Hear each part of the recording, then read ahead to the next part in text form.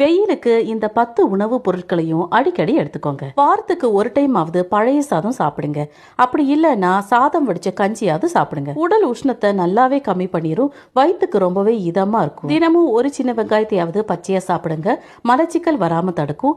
உடம்புக்கு நல்ல குளிர்ச்சி தரும். நல்ல ஒரு கிருமி நாசினி. தினமும் ஒரு ஸ்பூன் வெந்தயத்தை வாயில போட்டு தண்ணி குடிச்சுக்கோங்க. சூட்டினால வரக்கூடிய வயிற்று வலி வராம தடுக்கும். தினமும் ஒரே ஒரு துண்டு தேங்காயை நல்லா மென்னு கூழ் மாதிரி அரைச்சு சாப்பிடுங்க. வயிற்று நல்லா போயிடும். தினமும் ஒரு ஸ்பூன் நல்லெண்ணெய் குடிச்சுக்கோங்க.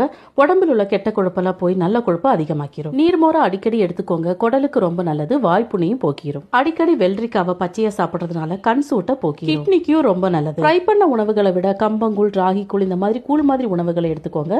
நம்ம உடம்புல நீர்ச்சத்தை சமநிலைப்படுத்தும். பூசணிக்காய், புடலங்காய் இந்த மாதிரி நீர்ச்சத்து நிறைஞ்ச காய்கறிகளை அடிக்கடி உணவுல சேர்த்துக்கோங்க. அடிக்கடி ஏதாவது ஒரு ஃப்ரூட்ஸ் எடுத்துக்கோங்க. இதெல்லாம் நம்ம உடம்புல நீர்ச்சத்தை தக்க வச்சு நம்மளை ஃப்ரெஷ்ஷாவே வச்சுக்கும்.